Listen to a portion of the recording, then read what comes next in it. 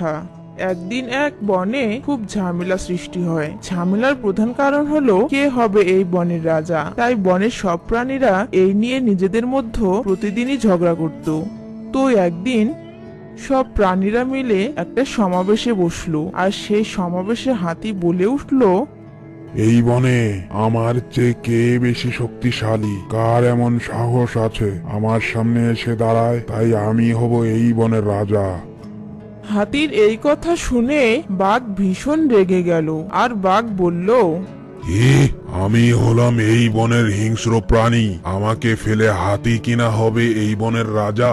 এক থাবায় আমি ওর দুটি কান যখন ছিঁড়ে নেব, তখন সে বুঝবে যে বিশাল শরীর থাকলেই রাজা হওয়া যায় না, কেবল আমি হব এই বনের রাজা। হা হা হা হা হা। এদিকে বাঘের হাসি দেখে সিংহ রেগে গেল।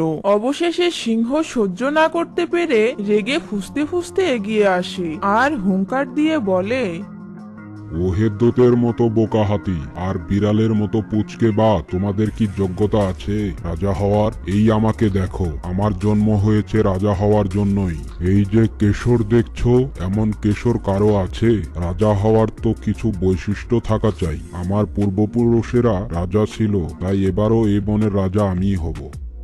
সেই যুগ কি আর আছে সিংহ ভাই? রাজার ছেলে রাজা হওয়ার দিন শেষ। এখন রাজা আমি হব।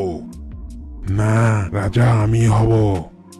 এই বলে তিনজনের মধ্যে যুদ্ধ শুরু হয়। বনে অশান্তি সৃষ্টি হলো। বনের শান্তি ফিরিয়ে আনার জন্য বনের সবচেয়ে চালাক প্রাণী শিয়াল এগিয়ে আসে।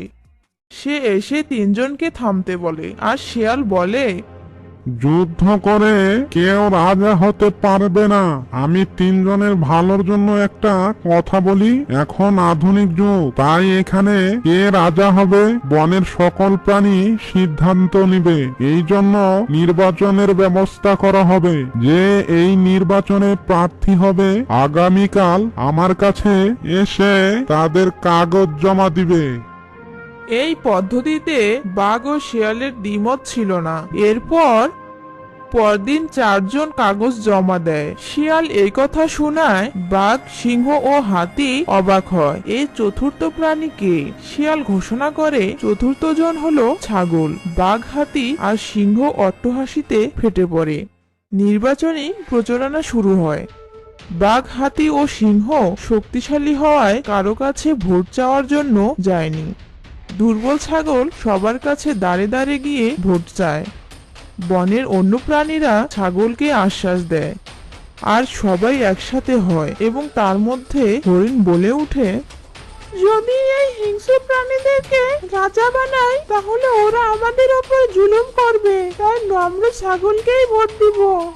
যে কথা সেই কাজ। ভোটের দিন ফলাফল প্রকাশ করে শিয়াল ঘোষণা করে, বাঘ, হাতি ও সিংহ কোনো ভোট পায়নি, কেবল তাদের নিজের ভোটই পেয়েছে, আর ছাগল সকল ভোটে বিজয়ী হয়েছে। বাঘ, সিংহ ও হাতি রাগে হুঙ্কার করতে থাকে, কিন্তু কিছু করার নেই। সকলের রায় মানতেই হবে। নির্বাচনে বাঘ, সিংহ ও হাতি লজ্জায় বন ছেড়ে চলে যায়।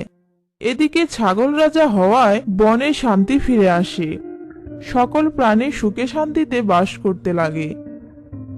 ছাগল শিয়ালকে মন্ত্রী নিযুক্ত করে। শিয়াল বুদ্ধিমত্তার সাথে বনের সকল বিপদ দূর করে দেয়। এভাবে ছাগল ও শিয়াল শাসিত এই বন হয়ে ওঠে এক আনন্দে পরিপূর্ণ বন। তো বন্ধুরা, কেমন লাগলো আজকের গল্প?